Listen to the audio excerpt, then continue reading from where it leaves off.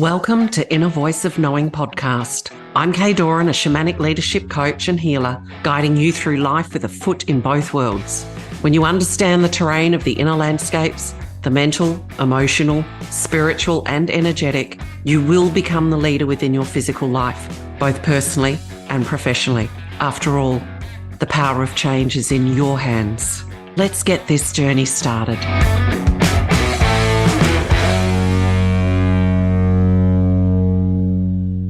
Welcome back to Inner Voice of Knowing. It's an absolute pleasure for me today to have this special guest on, Dr. John Demartini, a behavioural expert, multiple author. I couldn't even Google how many books that you've written, and an international inspirational speaker, and a word that I didn't know, polymath, which actually means, very learned. And Dr. Martini, welcome so much to the podcast. It's just wonderful to have you here. Thank you. Thank you for your patience. I was running behind, but I got here. That's okay. This is a wonderful experience for me because many years ago, I was teaching, concepts of The Secret, etc., since I was about 25. And I'd made maybe 12, 13 years ago, what I term a power poster that others call vision board. And I had you on it with a couple of other people. So this is sort of our second moment, but the first time I've met you. The first one was the movie Adversity, actually, that's about to come out. And when I was invited to be in that, it was one of my daughters that said, "Mum, didn't you have Dr. Martini on a power poster?" And I think Michael Beckwith was on there as well, who's also in the movie. So why don't we start there with, let's get into a little bit of a discussion about adversity and the gift that's actually in adversity for us. The more down and out you've been, the more up and in you get to go. Love it. And I really believe that the things that we think are challenges aren't. They just appear to be initially. Yeah. We've all had experiences that, at first we were conscious of the downsides, unconscious of the upsides. But then as the days and weeks and months and years go by, we start to discover the blessings and the so-called curse. But why have the wisdom of the ages with the aging process? Why not just ask the questions initially? What are the blessings? How is this helping me get what I want in life?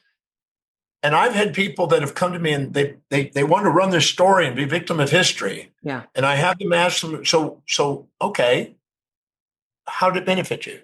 Well, it didn't. How did it benefit you? I can't see it. How did it benefit you? How is it helping you in your relationship? How is it helping you in your business? How is it helping you in this? And I hold them accountable, and they start discovering that the whole time there was upsides, and they never took the time to look. So they wanted to run their story instead of actually look at how it's serving their life. And sometimes we think these setbacks are setbacks, but they're not. They're just opportunities for us to grow more efficiently and effectively in the direction of what's most meaningful. So adversity, if you look at the word ad, it means move to the center. Mm-hmm. Abductor moves away from the body center. Adductors move towards the center. Versity, you could call it in play on words and call it a university, or you could call it versity. A university is where you learn. Yes. And come back to the authentic center. So adversity is basically a feedback mechanism to authenticity and guiding us when we've been away from who we really are to make sure we get to be who we really are. Because the magnificent who we are is far greater than any fantasies we'll impose on ourselves. And it's a wake-up call, a checkup from the neck up. I love the way that you speak. You speak in such a depth, but also a simplicity at the same time. And it makes perfect sense. Now, you started your journey, what people would term reasonably young, and also with a learning challenge. Would you say that your path has been um, spiritually infused within your physical existence? Does it have a spiritual element to it, or is it more about, you know, the mind and the brain and that sort of line? I don't see them separated. They're all one to me. Yeah. I say true science and true religion don't fight. Spirituality is inspiration. So I don't ever see them as separate. I believe that when we live authentically and by priority, the blood glucose and oxygen goes into the forebrain, the ventromedial prefrontal cortex, which is the integration center for the narrative biographies of how we want our lives to be. And so we're inspired spontaneously to act when we're living congruently. So our path of spirituality and our path of mastery and our path of mental faculties and is the same. Our highest value, our identity, our ontological identity revolves around, our teleological purpose revolves around, and our epistemological area of expertise revolves around it. And what inspires us, which is our spiritual path, really, Yeah. is the same thing. So I as far as I'm concerned, it's everything that's going on in life is trying to get us to do that. And that, you know, I'm a real believer that the universe is more intelligent than we think. It's our own ignorance that makes us think it's not. It knows how to make sure we learn our lessons. So when did this path really unfold for you, and what was it about it that called you? Well, formally, it was around just at 17. Yeah. But I was already noticing things. I lived on the streets when I was a kid. So at 13 years old, I was on the street. And when I was 14, I had quite a few interesting experiences that made me kind of wonder, well, that the synchronicity of these events seemed to be too synchronous. It made me pause for thought. I'm going to say something that may be shocking to some people, but I'm going to say it because it's really what's going on. I actually had a book with this story in it, and they refused to publish it. They can't put that in there. But I said, but it's the truth. It's what happened. They said, well, it's shocking. So be prepared. So when I was 14 years old, I hitchhiked from Houston, Texas to California. I wanted to go surfing. So I had a headband and some sandals, and I was in the 60s and, free love and that kind of stuff. And expanding my consciousness through natural herbal means and these kind of things. Yeah. And I make it to Huntington Beach, California. And I'm sitting on the tip of my surfboard, looking at the waves, waiting for the offshore breeze to come in to go out and surf the last couple hours. And I'm thinking, I made it to California. In Texas, you could sleep on the beach. There was no rules about it. There, they had a curfew. You couldn't do it. So all of a sudden, this beautiful, beautiful blonde girl comes up to me and leans down and says, "Are you a runaway?" And I look up and I saw this beautiful girl. And I said, "Well, not exactly. My parents dropped me off on the freeway. Gave me a ride." I think they wanted to save money, and they figured, let's let him go surfing. There was a greater independence for youth back then, Yeah, wasn't there? yeah. I had Get out and experience the world. Yeah, well, my dad taught me independence when I was 9. I mean, I had to pay $7.50 a week to live at home. I worked. Wow. So he wanted to make sure I was independent because I had learning problems and I didn't know how to read till I was 18. I had learning problems. So I'm there and this babe is saying, "Well, are you a runaway?" And I said, "No." And so, "Well, do you have a place to stay?" "Well, I'm going to stay on the beach." "Well, you can't stay on the beach. There's a curfew here at 10 o'clock. You have to go down to the cliffs." I said, "Well, I guess I'll go down to the cliffs. It's a 3-mile walk. I'll go down there and sleep on the cliffs and come back here during the day." Yeah. And she said, "Do you need a place to stay?" Now, pardon me for doing this, but when you see a beautiful 27-year-old stunning girl and ask, "Do you need a place to stay?" You kind of feel like, mama. Well, of course, yes. Yeah. So when are we leaving? Yeah. So I went off with this girl and I stayed with this girl. And she was a combination of a mother figure and a girlfriend figure. It was a mixture. And that would be illegal today, right? Because that's very interesting. That would be illegal today. Yeah. I was a victim. but I was very grateful. Yeah, happy victim. But in the process of doing it, She was part mother, part girlfriend. Yeah. Now, what I found out is that she had been married and she had a 4-year-old son, and her husband was wealthy family. And because she didn't have a job and he was paying for everything, when he divorced her, he got the child. And so she was trying to work and making bathing suits to sell them at this boutique at Huntington Beach in order to get her child back. So she had a son who was 4. Her husband was younger, 24 and a half. If you put the son's age and the husband's age together, is 28 and a half, and divide by 2, it was my age. If you put my mom's age and my average girlfriend's age and put them together and divide by half, it was her age.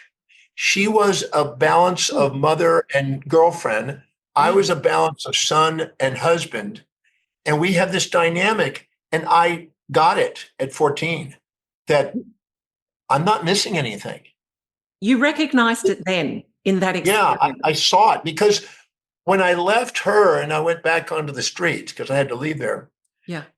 Eventually, I lived on a pallet, on the back of this pallet, in back of the Golden Bear place where they had bands playing. It was a club. It was right on the Pacific Coast Highway, right in Huntington Beach, block away from right there at the pier. And I slept on a pallet there, and Buddy Miles performed there, and B.B. King performed there, and Ed Nugent, and all these rock guys and jazz guys.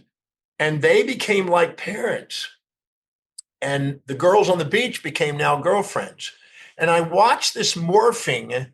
And then I got a job at Jack's surf shop. And the guy that owned it, Jack and his girl that worked with him, were my parents' age. And I had girlfriends on the beach again.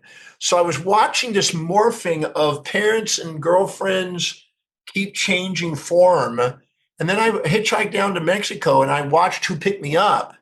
And it was the same scenario.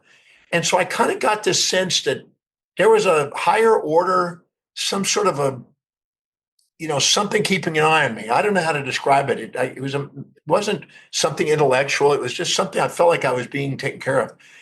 And that really gave me a feeling like no matter what happens, it's helping me. It's actually on my behalf. If I don't see it, look again. So I was 14 when this was happening. Had you always been an observer? I can't say that was massively observant until that moment. I mean, when I was 13, I lived in the back of this bowling alley temporarily. And I noticed that the people, there's a waiter, and there was a guy who's a barbershop guy, and they were like parent figures. And they kind of kept an eye on me back in the back and made sure I got food. And then there were other kids that were friends that were coming and playing pinball back there. We had pinball machines. Oh, I loved pinball. So I had a parent figure and buddies and some girls and guys, but I didn't get it then. I look back and I could see it. Yeah. So it was there at 13, but I didn't see it. 14 is when I became conscious of it. That's amazing. And such a young age to start having those kinds of realizations. Do you then feel that the people that you cross paths with, or, teachers, validated what you were experiencing and observing, or took you deeper? I think it's just an ongoing, I'm sure you're the same. You just keep learning, and we just keep going deeper down the rabbit hole as we pick up ideas. But I had a gentleman when I was 23 who had 6 PhDs and a bunch of doctorate degrees. And he became a mentor. And I learned a lot from this guy. I was 23 at the time, just starting professional school. And his depth of knowledge, he's only 35 years old, but his depth of knowledge was surreal. And he placed out of school. He was like this savant, but not autistic, and very bright. And I learned a lot from him. And he was a very aware Indian mystic. Okay. And I'd have to say that catapulted some more questions. Maybe you want to study the mysteries of life. And then when I was 18, I just wanted to know what the hidden order in the apparent chaos was. Mm-hmm. And it's something that Leibniz, the German philosopher, did. He had this exercise where he had his students, And he asked them to take a piece of paper, like this, piece of paper, and quickly, randomly, with a pencil, put 20 dots on it, as randomly as you could.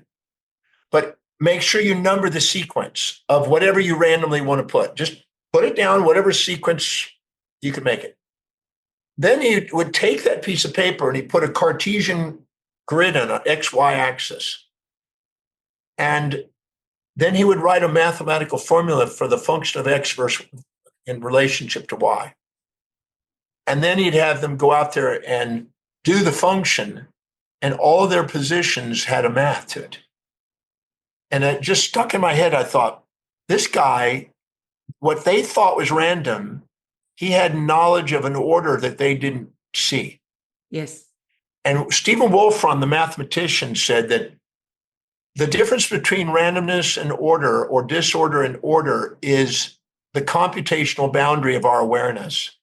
If we have algorithms to help us see the order of it, we discover the order and we call it ordered.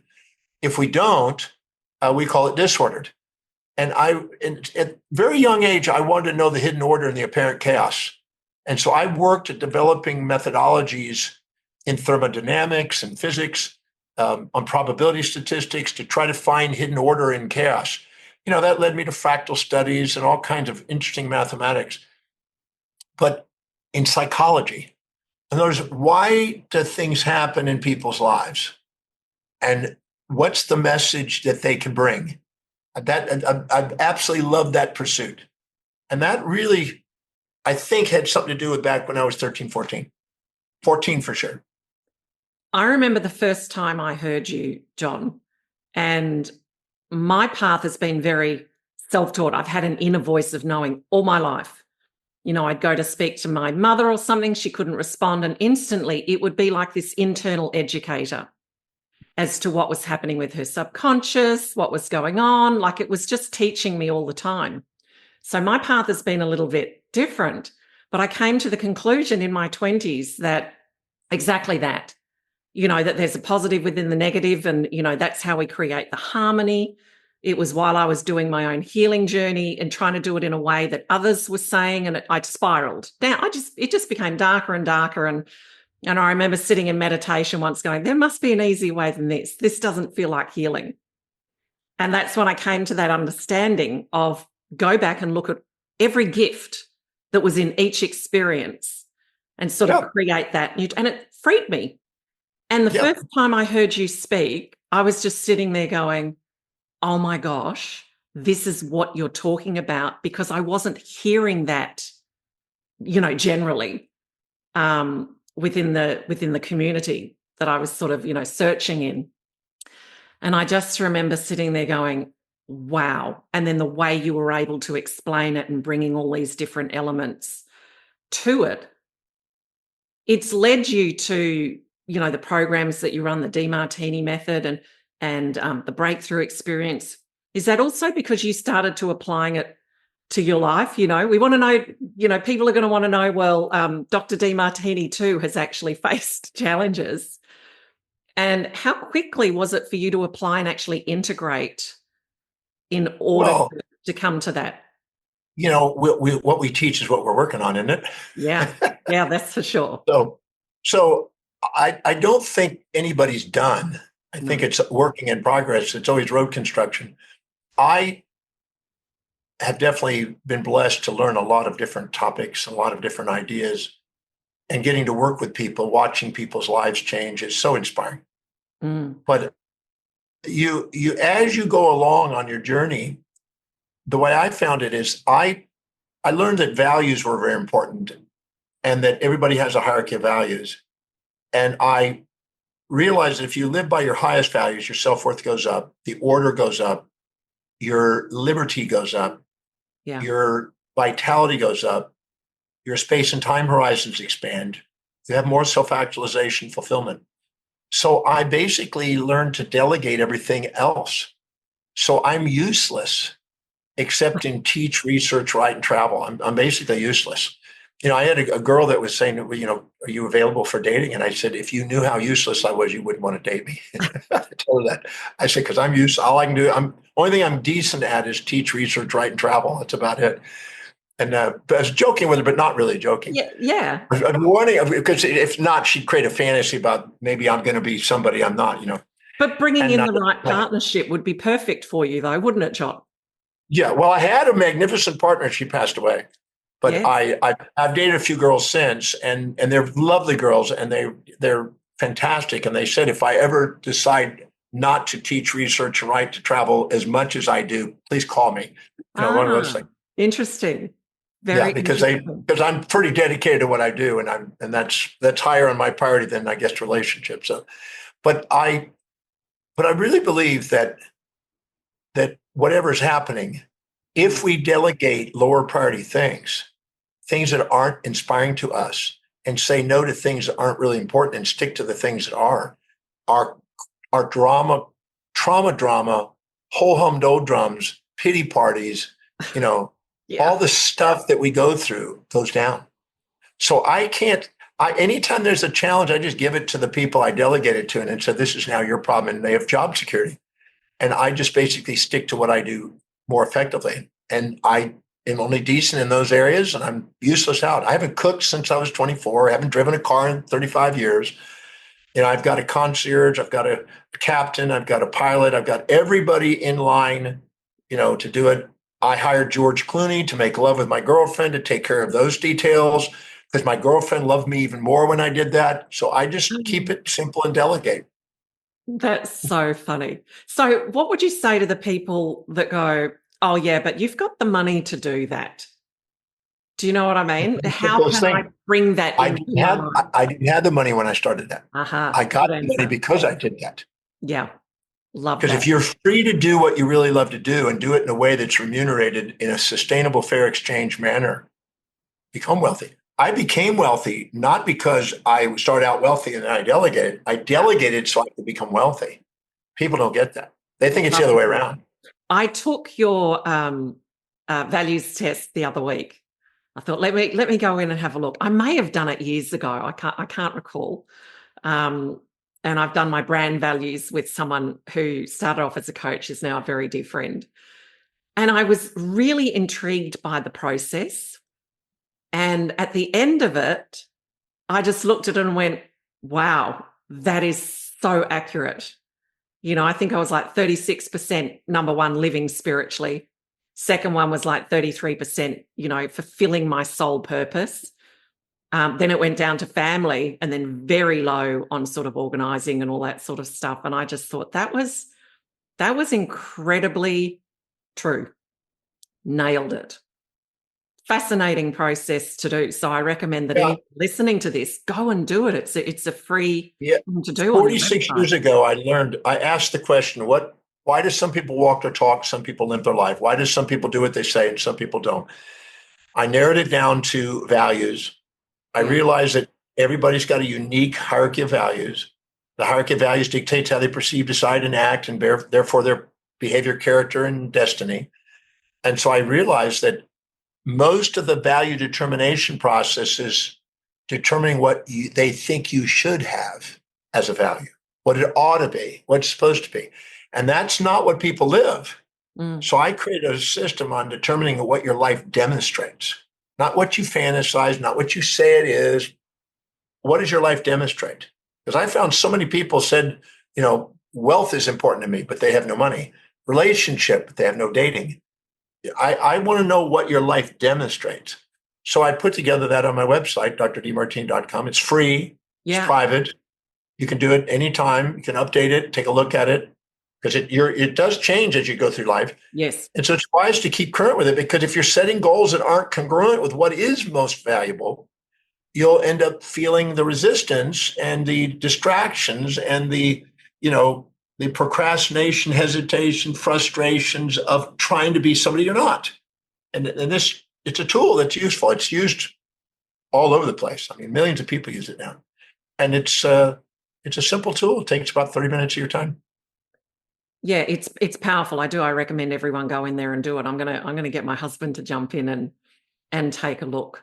So do you feel that everything that you're doing and all the research and clearly you love to learn and just keep deepening and expanding that, but if we simplify it, are you simply teaching people how to love by resolving these supposed opposing forces? That's it. Yeah. Yeah, I'm a love broker. A love broker. I love that. Yeah, somebody said, is that like a pimp? And I said, a purposely inspired man with a purpose. Is that what you're saying? No, I'm not a pimp. No, I'm a love broker. I love to help people love themselves and the people they care about. And I love, and I don't mean romantic, passionate, infatuation type love. I'm talking about a profound type of love that's tears in your eyes where there's nothing to say, just grace. That kind of love. That's every moment of our life, if we know how to ask the right questions and get really present, is revealing that and guiding us to our truly inspired state, our spiritual path. It is really just everything, every symptom in our body, every symptom in our business, every symptom in our relationship, every symptom in our social life, every symptom in our finance, our feedback mechanisms guiding us to authenticity and sustainable fair exchange with people to try to make sure there's equity and equanimity, which is our spiritual expression. Yeah, and I don't feel that people ask enough of those questions that lead us back in. I term them power questions. The power question really invokes a response, that self-examination. And I think people just go along too blindly. It would be amazing if these things were taught, from childhood and through schooling as part of the curriculum.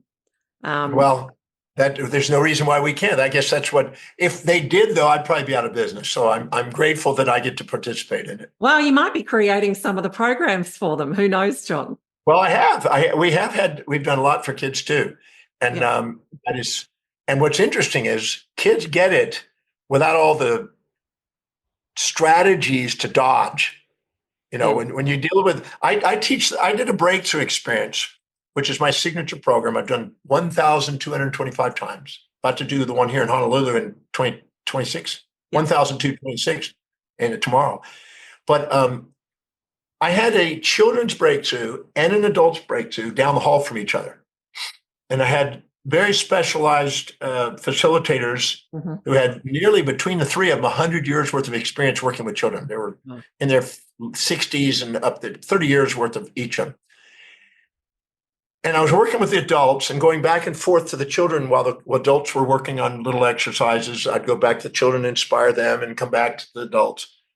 And we started at 2:00 in the afternoon doing the method, the Demartini Method, which is a special method on dissolving emotional baggage and seeing the hidden order in life.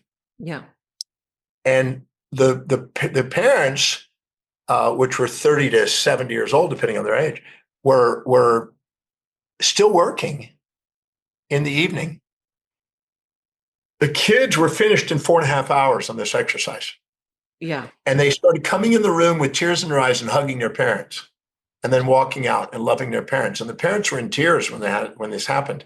They're still working the same exercise because the parents are trying to figure out a way of maintaining their pride and holding on to their fantasy about how life that they fantasize that's incongruent with what they value. And they're trying to figure out how to not lose their fantasy and lose their pride in the process. So they dodge the questions and try to figure out how to navigate through and dodge the issues when the kids just answer them. Yeah. They just get to it. And they get breakthroughs quick.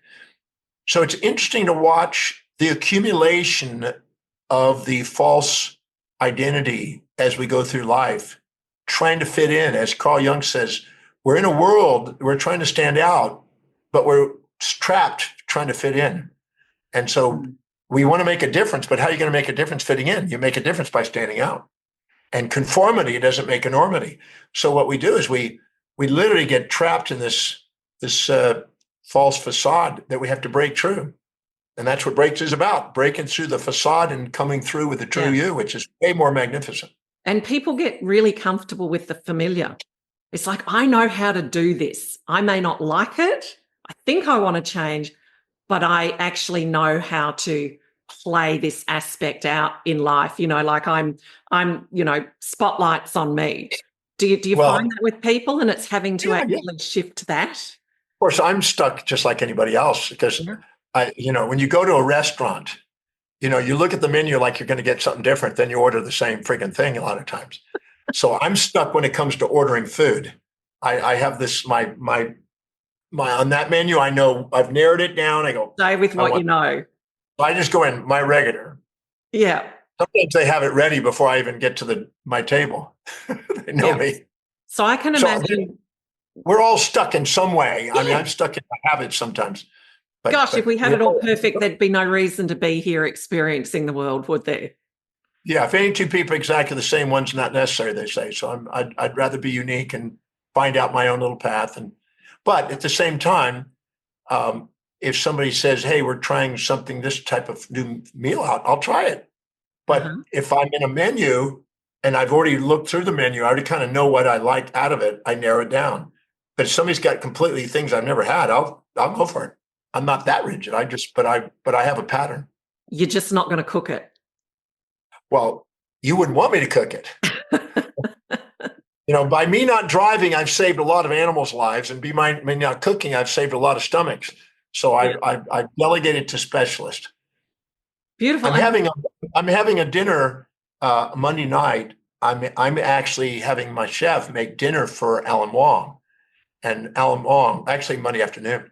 Alan Wong is probably the most known chef in the world, was the wealthiest chef in the world, and he's an amazing guy. But him and his partner, I'm going to have on the ship, and they're coming on for lunch. And so, here's the top chef in the world, and of course, the chefs are going like, "What are we going to make for him?" Because they're like intimidated. Amazing.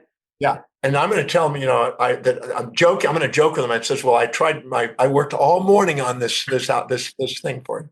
No, I don't. Me cooking is like zero.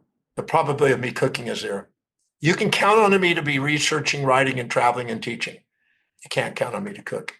Yeah, I can cook, but I'm pretty basic. It's not my thing of really being in the kitchen, and I have to make something that's tasty but quick, or not. So my son-in-law, I can grab an apple. I can open up a yogurt container. I can drink a bottle of water. Yeah, my son-in-law, who's Austrian, his father came out, and he was a 5-star Michelin chef in London.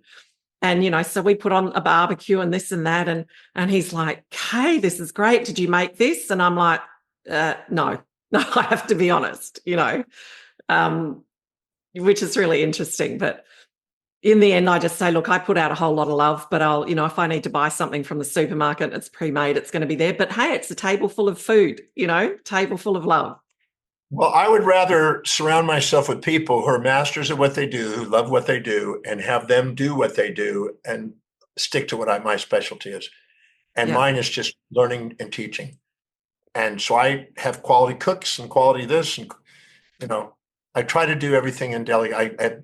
I don't clean. I'm useless except for what I do: teach, research, and write, and travel. That's it.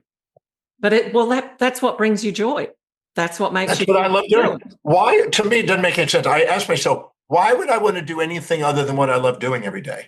It doesn't make any sense. And people say, "Well, but you got this duty and you got this duty." And I said, "No, that's your belief system. Yeah. You could delegate that and go focus on something that's deeply meaningful and earn way more income and pay for that." So I just did that. And then I invested, and I made sure I invested. And what most people want to do, they want to live beyond their means, and then they want to buy consumables that depreciate in value. And then they fill up a quarter of their house with stuff that goes down in value. And then they struggle, and then they're living by duty and working for other people and all that other stuff. And I just methodically prioritized my life.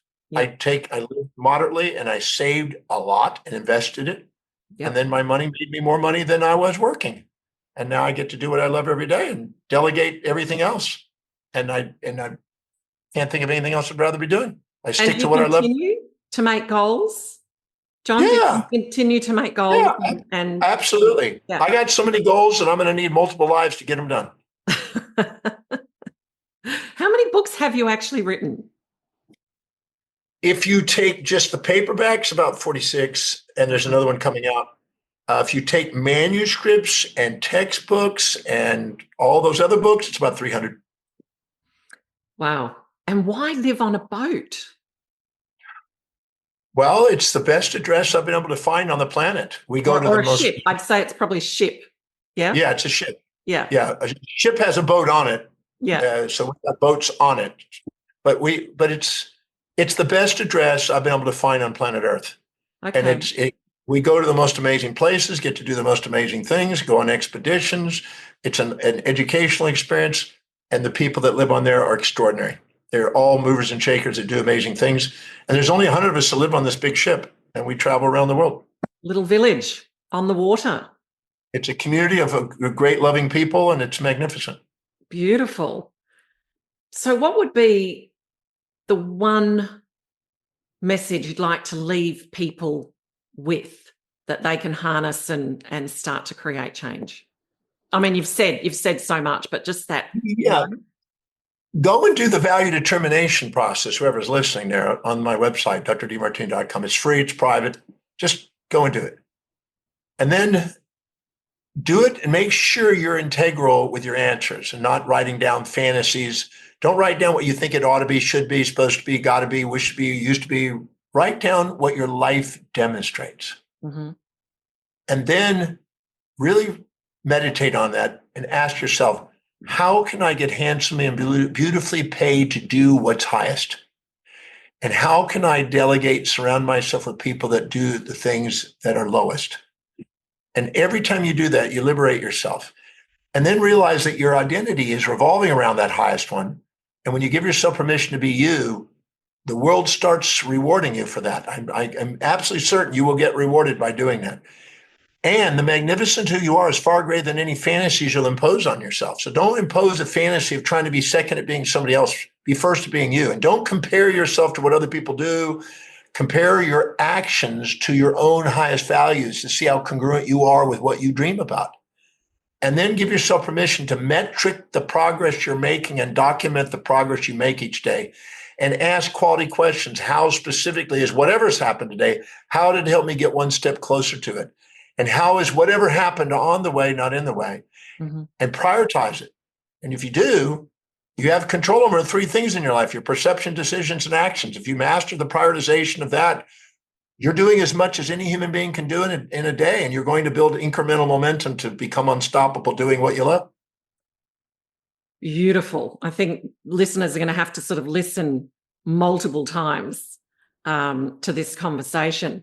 It just keeps coming to mind. If I could ask you, I think it was 2006 that The Secret came out, and suddenly there was this explosion about manifestation everywhere, all over social media at the moment. There's all these, the latest master of manifestation, and I see some incongruencies there. So I'd really like to ask you, with all your vast experience, what's the fantasy that's being taught at the moment in regards to manifestation that sets people up for feeling like they're failing at it? Well, if you envy somebody else and try to imitate somebody else and try to manifest something that's not truly meaningful and most important and highest in priority on your values, you will get the feedback to let you know you're being inauthentic. Yeah. And if I had people when The Secret came out. I had a woman come up to me once and she says, Dr. Demartini, I read the book 6 times. I watched the movie 20 times. And every day I go out to my mailbox and there's not $1 million check in it. What am I doing wrong? I said, have you considered grounding yourself and considered doing a service that actually fills people's needs to be able to earn money? Because when you do, you're going to be more likely to earn money. Not that you couldn't have a rich uncle that you might get a check someday. But my experience is if I go out of my way and make a difference in other people's lives and serve people, I have a higher probability of earning an income. And if I manage my money wisely, I have a higher probability of having it work for me. And I can become its master, not its slave. Yeah. But you living in a fantasy that you're going to get somehow a miracle of that, I think the probability is not in your favor. I'm not saying you can't, but I would increase the probability. What could you do to increase the probability of having $1 million check in there? And I can tell you, do $1 million worth of service or do $10 million worth of service. And there's no limit on the amount of service you can provide. Because all you have to do is find another human being, and every human being has a need, and care enough about humanity to go out and find how you can serve that need, and you will end up being prospered. And so get grounded and set real expectations that are congruent. If you can get up in the morning and can't wait to do what you love doing, and you do it in a way that serves another individual, your life's going to prosper. But if you live in a fantasy that you don't have to do anything, you're just going to visualize it by itself, not likely. Although Phelps got 28 gold medals, visualizing, he did visualization, but he also put in 11 hours a day working on it. Yeah, he didn't just sit there and visualize himself training. I got a small, excuse my expression, but I got a small ass because I worked it off. I think it's that thing, that started at that question at the beginning about spirituality and your physicality. And I think it's that thing of, ensuring we've got both. Yes. So, meditate and visualize and do all of that, but all the above. Move through the world as well. Yeah. And so much of what you're talking about really does come back to the values. Yeah, I've done 4 podcasts today, a keynote speech, 2 consults today, and I still got now a room set up and one more this evening. So I keep busy. I would get in trouble if I didn't do what I really love to do. And to me, I'd rather fill my day with how I love it than it filling up with how I don't. Well, it gives you energy, doesn't it? Yeah. It actually just amps you because you're fulfilling the very things that bring you joy and that you love, and you're being of service. And it's beautiful. People who don't do what they love, they want a break, they want a vacation, they want to retire, they want to get away from it. People I know that are inspired by what they do and very engaged in what they do, found what they love doing and just continued to do it.